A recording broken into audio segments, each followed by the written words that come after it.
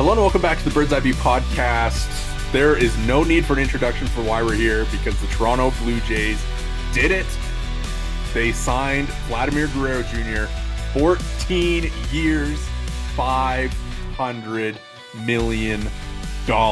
I'm your host, Zach Worden, joined as always by Jori Negin-Shecter. And Jori, have you ever been more overjoyed to be awake and recording at 2:30 in the morning?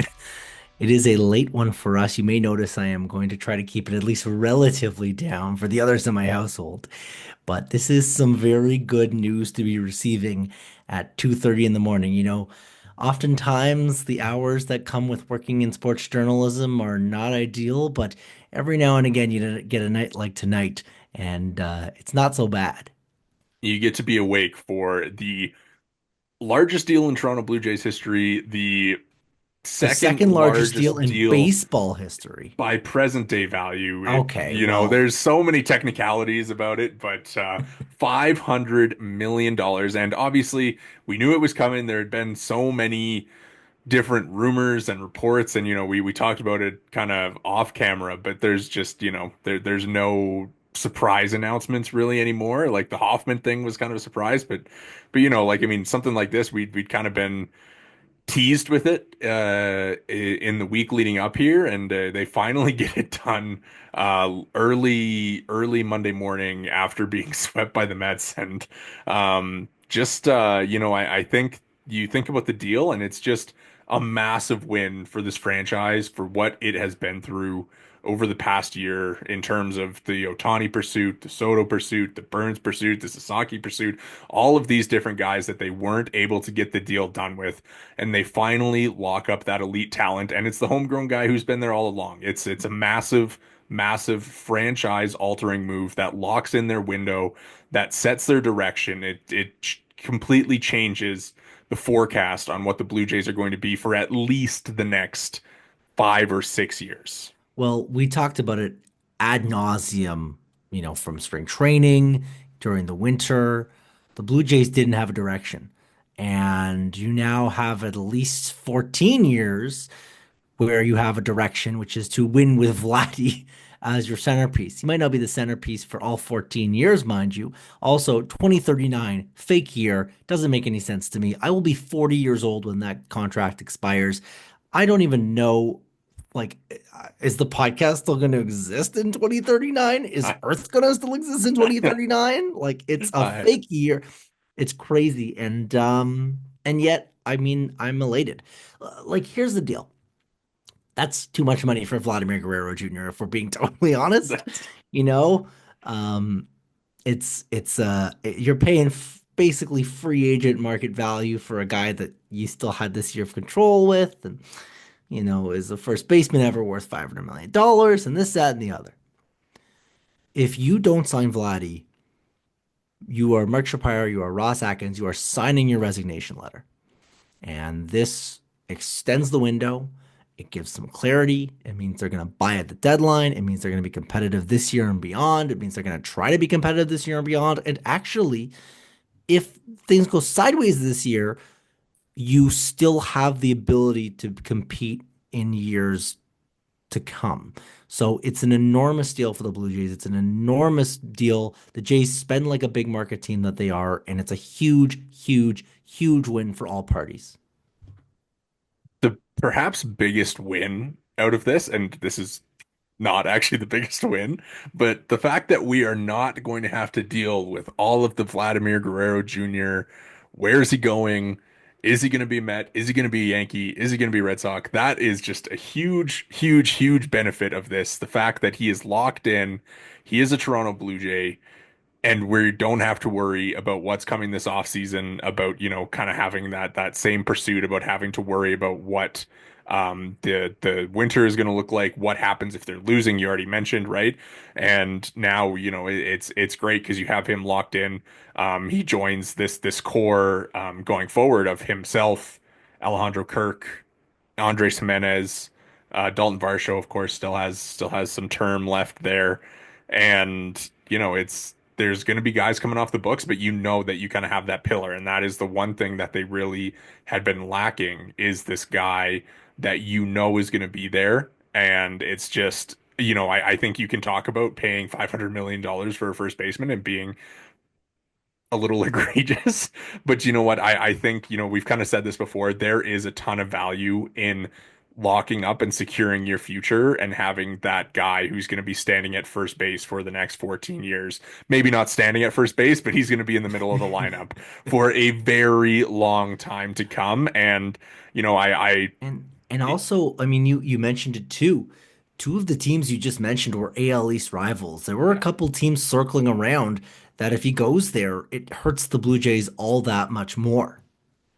Yeah, no, totally. And just the fact that you can kind of shut down that, right? Like, I mean, I think if he had landed with the Yankees, obviously you're not going to love that. You're not going to love him in Boston, the way he hits in that ballpark. Hopefully he, does something exciting this week and kind of gets his 2025 off to a start. I don't think, what he's done to begin this year doesn't even matter at all to this contract, right? Like if you're worried about a 10 game stretch of Vladimir Guerrero Jr. and what it means for a 14-year extension, you're worried about the wrong things. He will be okay this year. He has like a 70% hard hit rate right now. Like he's hitting the ball fine. So Yeah. he'll get there eventually. He obviously had the slow start last year, and I just think huge win for the franchise, huge win for the organization, and it's who knows. We've talked so much about Vladimir Guerrero Jr. over the past 2 years, and the fact that we're going to get to do it for a lot longer, I think, is welcome news at this point. It really does feel like this is, I mean, it's not the Shohei Ohtani contract, obviously. But I have memories of you, 2 years ago talking about, oh, what if the Blue Jays get the opportunity to sign Shohei Ohtani and we get to cover Shohei Ohtani as a Toronto Blue Jay? And then we had those same conversations this last winter when we're talking about Soto, and neither of those come to pass. And now you look at it and you're going to get to cover Vladimir Guerrero Jr., one of the preeminent talents in baseball, one of the most marketable faces in baseball, and one of the highest paid players in baseball for the foreseeable future. It's a really exciting, really enticing, really kind of just cool thing to happen for the Blue Jays and for everyone covering the Toronto Blue Jays. You know what's fun too? I mean, it's you talk about, he's maybe not the most committed to like his Canadian roots. I know kind of on that podcast a while ago, he said he would never play for anybody other than the Dominican at the World Baseball Classic. But you know what? This is a guy who was born in Canada. His dad was a big leaguer in Montreal, and he there was that tweet by Max Manus, right? Like he signed with the organization in 2016 or whatever it was, and he's going to spend 24 years of his life as a Toronto Blue Jay, which is pretty insane when you think about it to have this kid I've been who was alive born for in Montreal. 26 years. This guy's Exactly. gonna be a Blue Jay for that long. Yeah. Kind of breaks your brain a little bit. I pulled this up because I just wanted to, put it out there for what he's going to achieve in a Blue Jays uniform. Like this is a guy, his name, you might as well put it up on the level of excellence today because he's going to be there. You might as well build the statue today because he's going to get it eventually. So through what has been, a relatively short career for him, he ranks eighth in Toronto Blue Jays history in home runs, and he's less than 200 away from the lead there. He ranks 14th in career hits, and he's, about 700 away from that. He ranks, sorry, slow on the list here, 16th in doubles, and he's about 200 away from that. And he's 12th in RBIs, and he's like 500 away from that. Like, this is a guy who is going to hold probably every Toronto Blue Jays hitting record by the time his career is done. Yeah, he's gonna be chasing down Joey Bats and Eddie Carlos Encarnacion, Delgado. Carlos Delgado, and that's like in the next 5 years. Then Yeah. after that, You have another 9 years. it's like the sky's the limit for what this guy could achieve in a Blue Jays uniform. Be nice if he had maybe a partner in crime to do so with. Um, not to be a Debbie Downer here, there's not a lot of positive reports about his long-haired or formerly long-haired pal and Bo Bichette, but you know, why not? This Yeah. this suddenly becomes an opportunity where you've just committed to Vlad and you've got a chance to commit to Bo now. The impetus wasn't on Bo to extend because there was so much uncertainty with Vlad, but there's all of a sudden an opportunity that you might just be able to extend it. Who are you most excited to hear from tomorrow on the Blue Jays, other than Vlad?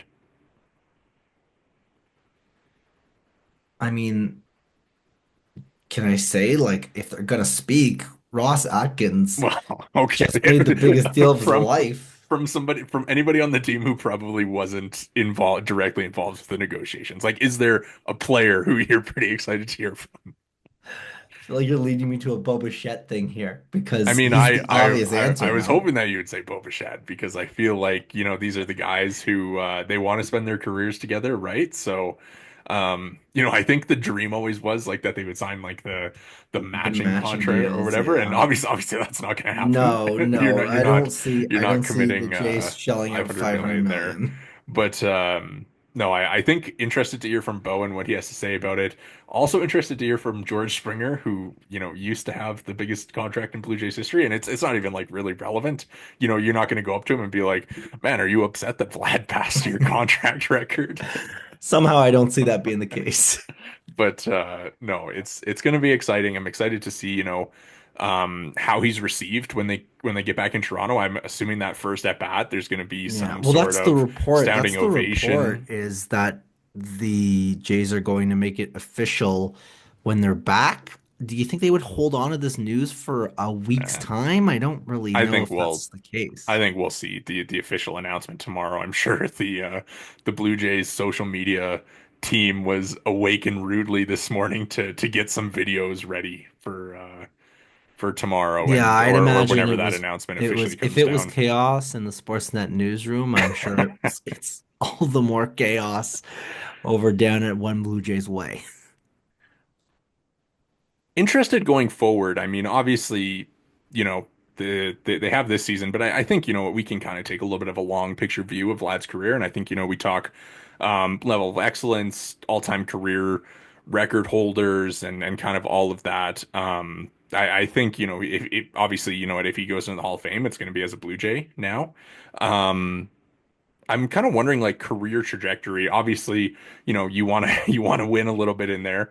I know I wrote a story with where about Adam Macko, and he said to me, there's no use of going into the Hall of Fame if you don't win a World Series or two along the way. So, it would be nice for Vlad to kind of be the centerpiece of a couple World Series teams. But I do think you kind of look at players who are similar to him, right? Like Miguel Cabrera, Albert Pujols, whose records for first base contracts he just shattered with this. They were both 240 million with their respective clubs, and Vlad obviously shatters that. But what do you kind of think as far as like, is there a player that we can point to as far as expectations for as he ages, what he might look like?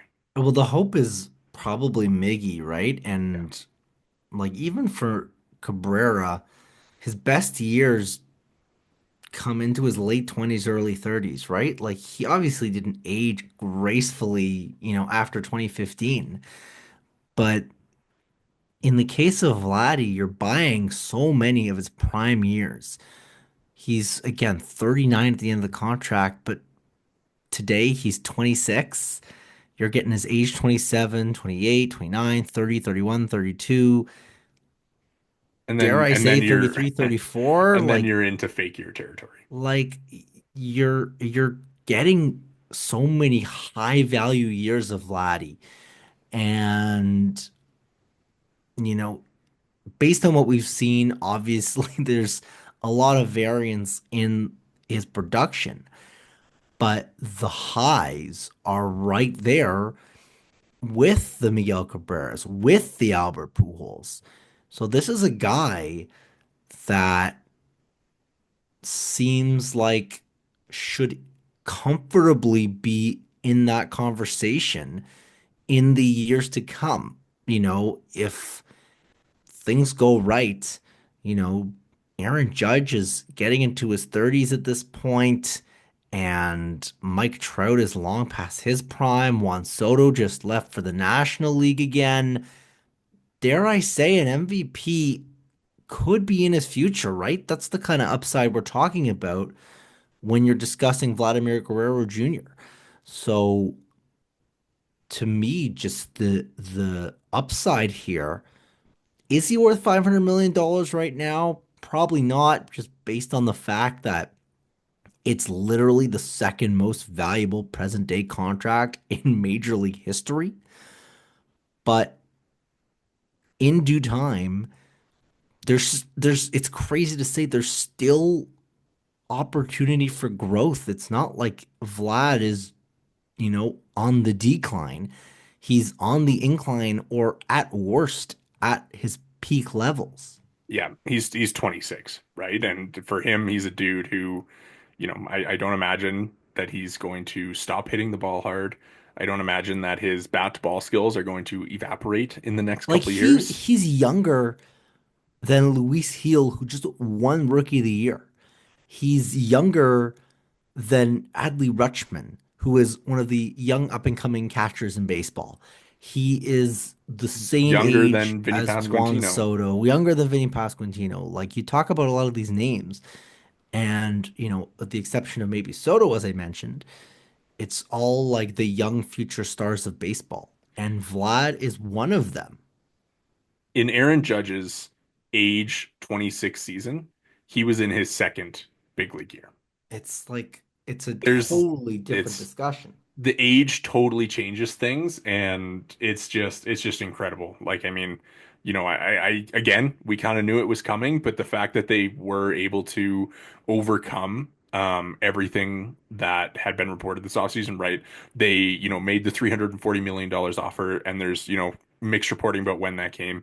And then, they seemingly improved that offer to 400-ish, and that's of course not going to get it done. And then there's the final reporting like last week that they were at 500 million, but with some deferrals, and Vlad wanted 500 present day value, right? And so for them to kind of clear that hurdle and be able to commit to that and seemingly be the only ones budging in the negotiations, credit where it's due for them to kind of go from 340 to 500. And I know I've said it before, give them some truth serum and see what they think. But, it's something that I think they needed to do to kind of set the direction of this franchise and kind of give them a direction. So for them to kind of clear that $160 million hurdle, I think, some credit to the front office there for sure.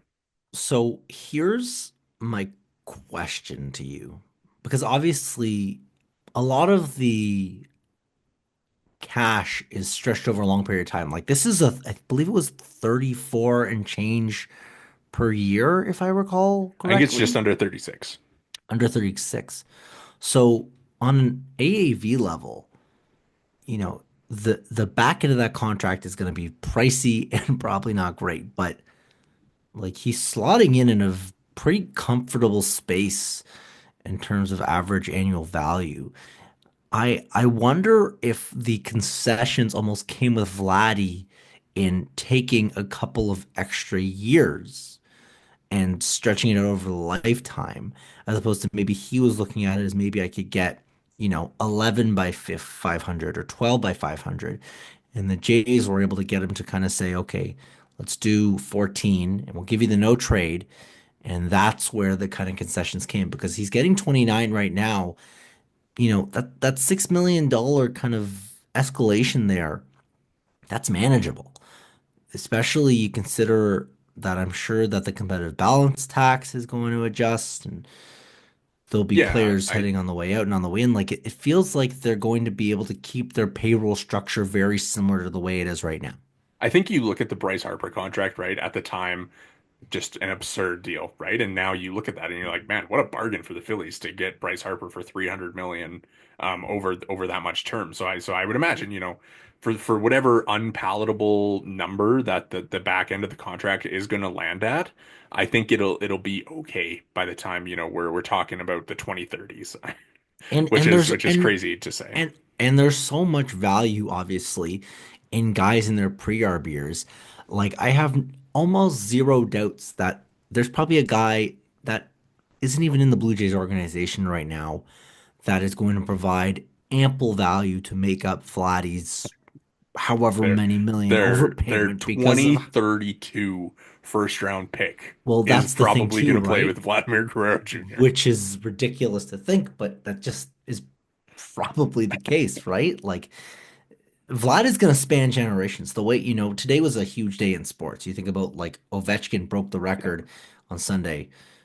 The same way he's going to stretch generations or has stretched generations, Vlad is going to do that.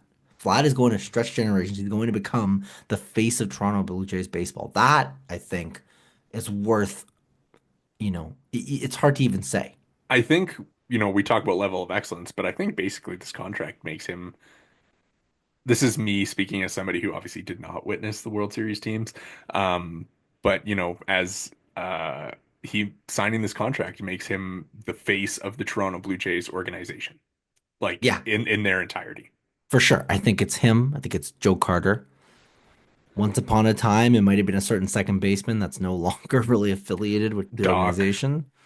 Doc, And like obviously, there's You think circumstances like there. homegrown guys like Doc and Vlad are, But even with Doc, he ended up walking to Philadelphia eventually. He was like, I want out, and the Jays had to trade him. Um, you think of guys like Joey Bats, but he didn't spend his whole career here. Edwin Encarnacion didn't spend his whole career here. Josh Donaldson, only really productive for 3 seasons. Vlad, it's just a different discussion with him because he's homegrown, because he's so young, because he's just a different beast than these types of guys. yeah, yeah, really cool. Really cool that they were able to get it done and excited for hopefully a little bit of a financial induced beginning to the season. I'm sure, having the situ hopefully he gets some peace of mind with his $500 million and is able to just come out and start hitting the rest of the year and be able to figure out some of the early struggles that he's had. If the Blue Jays are looking for a grimace moment, this sure seems like as good a one as any. Anything else you got on the contract? I feel like we hit pretty hard on it. I know obviously, emergency pod early in the morning. You got anything else? Vladimir Guerrero Jr., Toronto Blue Jay. It was written in the stars, it seems. They finally got it done. All right. Well, that is going to do it for us here today at the Bird's Eye View podcast. Thank you so much for tuning us in with us at such a late hour. You can hit the subscribe and like buttons if you're watching on YouTube. You can find us there at the Bird's Eye View podcast. If you're listening along on the podcast provider of your choice, make sure to drop a follow and review. You can follow us all on Twitter. I am at Worden_Zach. Jori is at J Negin-Shecter, and the pod is at BB_pod. Thanks so much for listening and enjoy the games this week.